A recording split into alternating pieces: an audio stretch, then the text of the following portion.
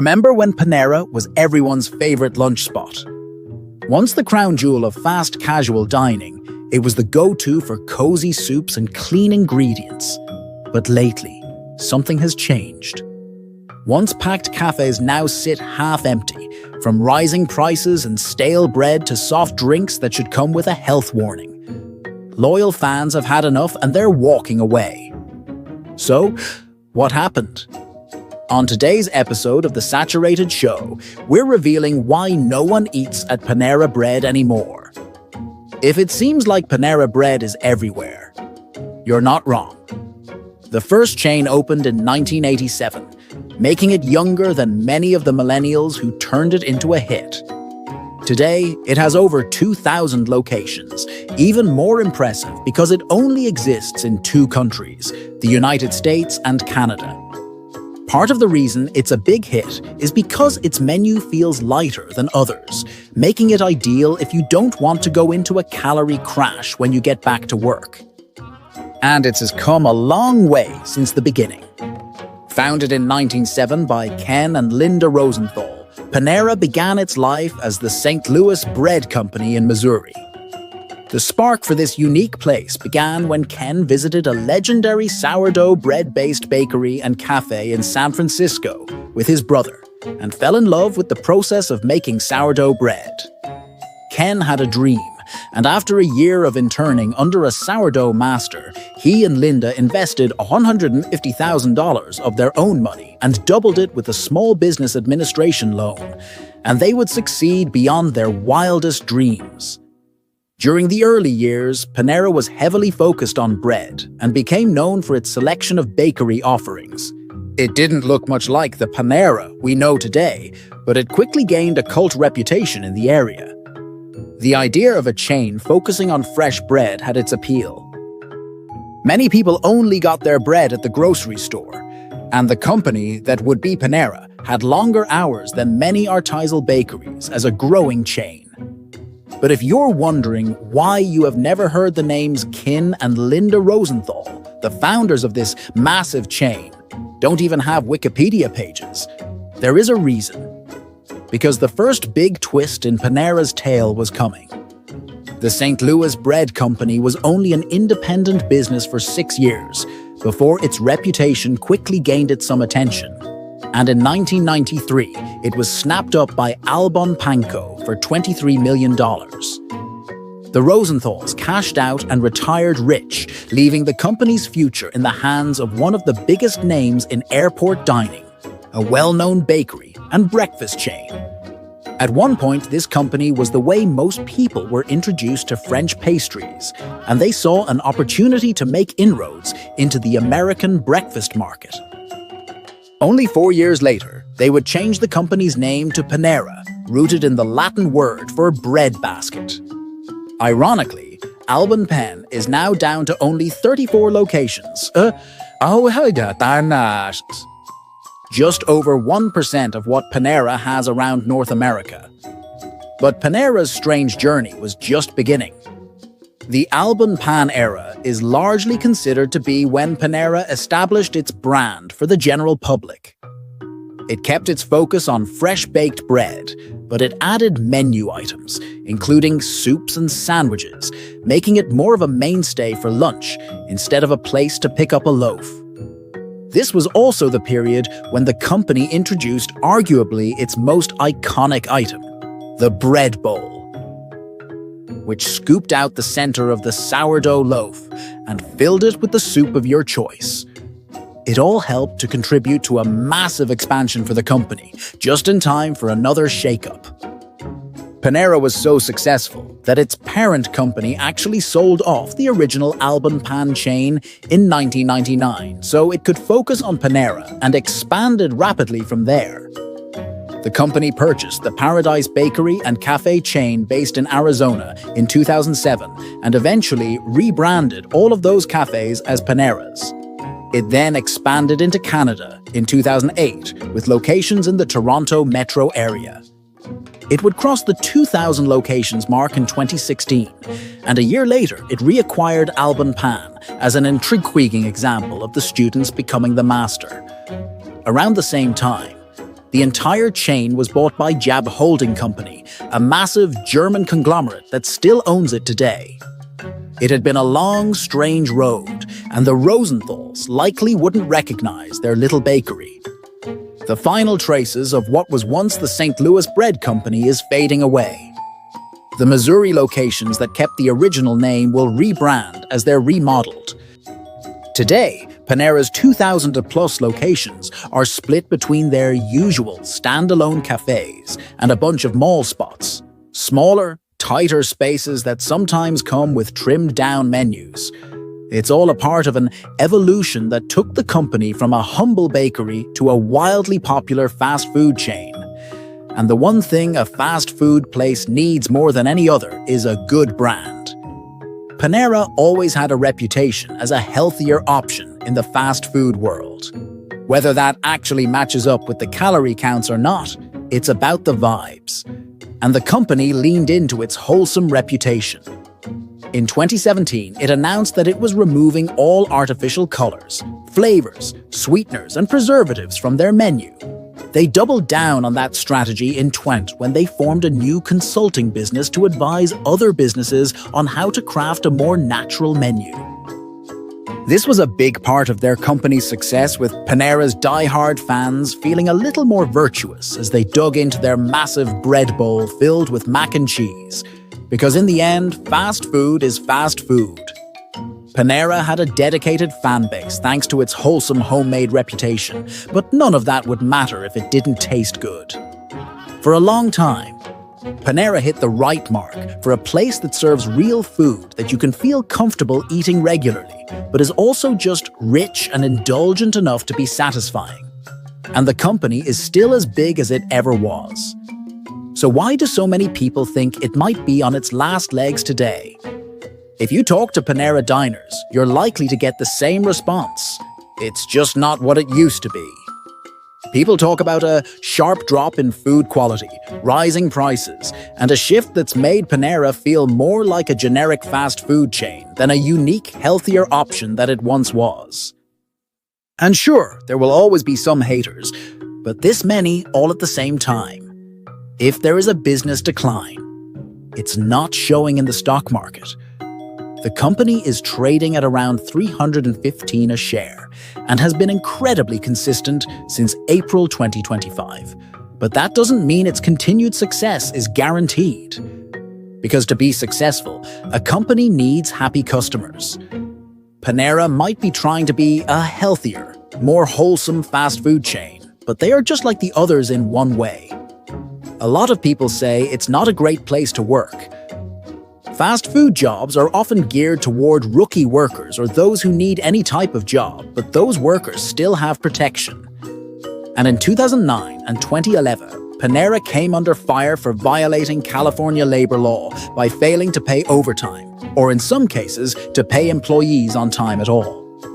Panera denied any wrongdoing, but chose to pay out a $5 million settlement rather than go to court. The company took another black eye in 2011 when an ex-worker filed a suit accusing the company of being racist, arguing that they moved him from the cash register to the back of the store. He alleged that they wanted pretty young girls working the register rather than a black man. He was fired after requesting an extension of his sick leave, and Panera eventually settled that lawsuit as well. But it's not just the employees who have complaints. Panera used to have a reputation for excellent service, but that might not be the case anymore. The company has had several major issues lately with unhappy customers. In 2016, the lawsuit claimed that a Massachusetts store had deliberately tainted a man's sandwich with peanut butter after he warned them he was allergic. The man was hospitalized briefly and argued that he suffered emotional distress, assault, and battery. The lawsuit was settled for an undisclosed sum, continuing Panera's pattern of avoiding going to court. But sometimes enemies don't want money, they want to make a point. The lawsuits have kept coming for Panera, and more troubling, some of their opponents have been preparing for a long time and have all the receipts. In 2017, Panera got slapped with a class action over unpaid overtime, and by default they were settling another.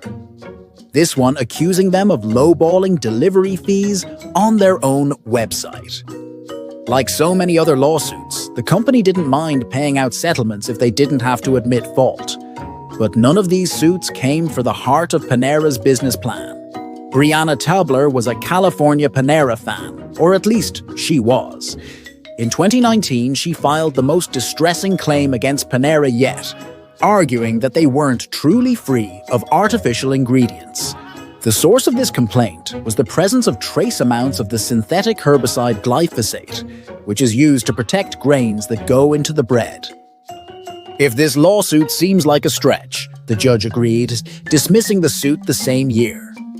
While Tabler filed an amended complaint not long after, she gave up the ghost eventually, leaving Panera with all of its money, but increased doubts among people about how healthy its food actually was. But hey, at least no one died, right? Most of these lawsuits stayed out of the news, and that's the most important thing for Panera. After all, a fast food company's biggest asset is its brand, and the average diner doesn't care about arguments over overtime. It does care when people wind up dead. And that's exactly what happened in 2022. Panera had just announced one of its most buzzworthy items in years in more ways than one. Their charged lemonade drinks, the latest addition to their Starbucks-like drink menu packed up to 260 milliliters of caffeine, the equivalent of 4 espresso shots. It was advertised as a tasty alternative to coffee geared towards students pulling an all-nighter or gamers doing a marathon stream. But instead, it became a PR nightmare. On September 10, 2022, the new drink claimed its first victim, Sarah Katz, a 21-year-old college student. She suffered from a syndrome that could cause an irregular heartbeat and had a heart attack not long after drinking it. Her parents sued Panera the following year, and while Panera denied any wrongdoing, they did agree to add new labeling emphasizing the high caffeine content. It might have ended there until 2 months later, 46-year-old Dennis Brown also died after drinking it. Brown also had a host of medical conditions, and in neither case was the death attributed to the drink, but the damage was done. Countless people posted on social media about having strange symptoms after drinking it, giving birth to the nickname, the lemonade that kills you. Panera reduced the caffeine content after Brown's death, and by 2024 eliminated it entirely. It was a PR nightmare, but not the source of Panera's struggles. Increasingly, people are saying Panera just isn't good anymore. Now granted, this isn't a death blow for a fast food chain. McDonald's and White Castle have been the butt of jokes for years about their quality.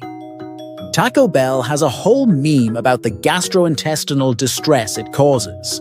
They're not supposed to be fine dining, but they're supposed to be satisfying when you need something fast and cheap. As long as a fast food place is offering something comforting at a reasonable price, people will be forgiving. But is that price reasonable? Is it really? One of the most persistent complaints about Panera in recent years is that the price has skyrocketed, to which defenders would likely say everything has. And that is true. Fast food prices are one of the most obvious indicators of inflation, and it's all over the place.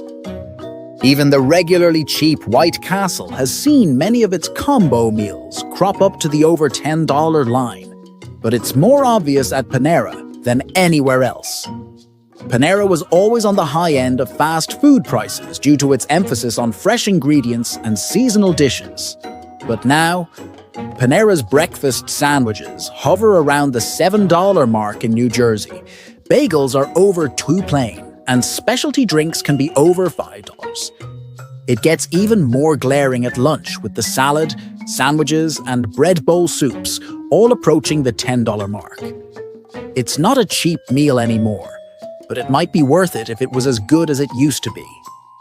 But in many cases, people are walking away without bread in more ways than one. At the start, Panera's biggest selling point was the baked goods. It was a bakery more than it was a restaurant. It had a wide variety of traditional items in both individual and family sizes. The baguettes, sesame, semolina bread. And of course, the famous sourdough were all standbys and were the wholesome canvas for the sandwiches and bread bowl soups. But if you go into a Panera today, you might not see a bread counter at all. In many Panera cafes, the only bread served is the sandwich loaves. And these aren't what they used to be, because Panera isn't really in the bread business anymore. For decades, each Panera baked its own bread daily. This meant longer hours and more manpower required, but it paid off in flavor. But the company eventually pivoted to fresh dough facilities that could supply the bread to its individual cafes, specializing in larger production for very little decline in quality. However, even that wasn't sustainable, and now the company has shuttered its last fresh dough locations and instead relies on frozen, partially baked bread that most people say is simply mediocre. And if Panera isn't about the bread, what is it about? Panera's reputation as a place serving healthy alternatives to fast food has also been somewhat compromised in recent years. While it still boasts being free of certain artificial ingredients, that list has been getting smaller in recent years. Eagle-eyed Panera fans have noticed that the company has removed promises to be hormone-free and antibiotic-free from its meats. It's promoting its promises less, and its menu has started trending away from being healthy and more toward being indulgent, offering rich options like mac and cheese or a French dip melt. It might taste good, but there's a lot of competition in that lane. But don't worry, it might not fill you up. Panera has gained a reputation in recent years for being one of the worst buys in fast food. Because while the prices have gone up, the portion sizes have actually gone down. The restaurant has become known for light dining, maybe too light. Sandwich meat is paper thin, soup cups seem to be shallower than ever.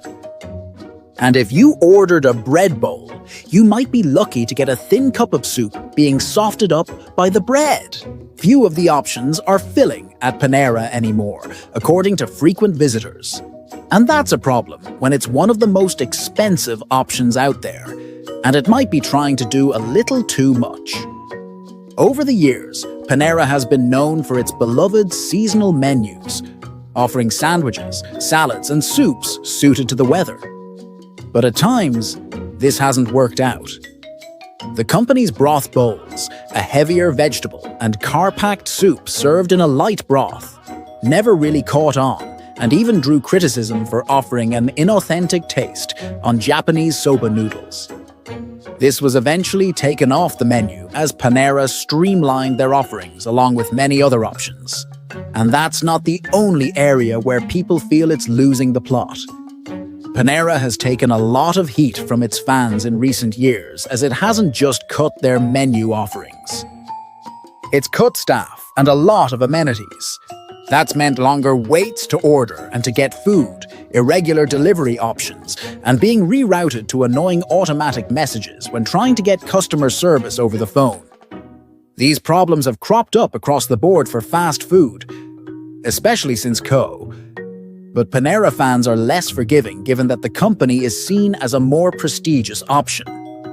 Additionally, many locations have been doing away with or limiting seating, turning it into more of a place to order from a kiosk to grab your food and get out. And that digital-first approach may have had unintended consequences. Panera was no stranger to lawsuits, but it rarely admitted fault of any kind. That wasn't the case in 2024 when it was hit with a massive data breach scandal. The information of its employees and app customers was leaked, including sensitive data. This was a major black eye for the company and resulted in a $2.5 million settlement. This may have ended the suit, but the damage to Panera's reputation is ongoing and continued to make people feel like the company was on an ongoing downslide, especially since the competition is only getting stiffer. When Panera debuted on the scene, it was a breath of fresh air and a bite of fresh food. The company's emphasis on natural ingredients and simple low-fat dishes was unique, but today you can find many choices like that much more easily. Chains like Sweet Green and Salad Works are mainstays at mall food courts and city streets. They offer people a simple lunch break option that can be transported back to the office with ease. And while many of these options don't have as many varieties as Panera, they tend to offer bigger portions. Additionally, restaurants like Chipotle and Cava are also honing in on Panera's market share with customizable bowl options that pack a lot of flavor. As the fast casual sector explodes, Panera's market position will only get more perilous. And its new ownership might not be helping. Private equity has been the death of many a company as the massive mega corporations leverage their new acquisition, cut costs heavily, and eventually unload or shutter the company if it fails to turn a profit. That usually happens to companies that are purchased at a low point, which Panera wasn't. But that doesn't mean the company is safe.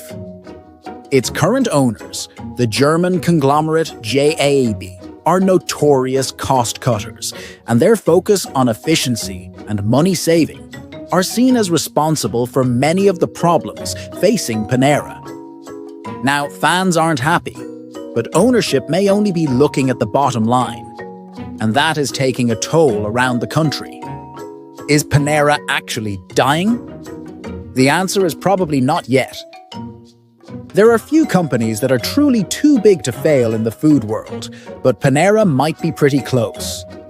With over 2,000 locations, going out of business entirely would shake loose countless jobs and devastate the fast casual sector. But it is possible that it has already reached its highest point and peak Panera is behind us. There are several examples of this. The shuttering of the fresh dough facilities already cost significant job losses. Additionally, many locations where there are multiple locations in a small distance have seen some close. And as business slows in malls, those food court Panera kiosks may be among the most endangered locations. So, is there any hope for Bread Bull devotees? Panera has already done something that few chains in the United States have managed to do: become a household name. It's by far the most famous chain in the country for fast casual soups and salads, probably only behind Subway when it comes to sandwiches. Its rise was meteoric, but that means expectations were too, and it's taking a hard hit as its quality slips and its prices keep rising. The management needs to find a way to get people talking about its menu again, in a positive way, and win back longtime fans. But that might be easier said than done. Panera is running into problems at a time when people have less money to spend than they did in past years. And when all of the internet knows about your every slip-up. The company's mistakes have been broadcast everywhere, and the bad PR is likely to last, even if the company starts turning things around. While many fans have suggestions for ways to bring the company back to its former glory, it's easy to lose people and it's hard to win them back. But hey, at least the company isn't selling death lemonade anymore. Panera is declining fast. But are the Golden Arches what they used to be? Check out the real reason McDonald's is failing, or watch this video instead.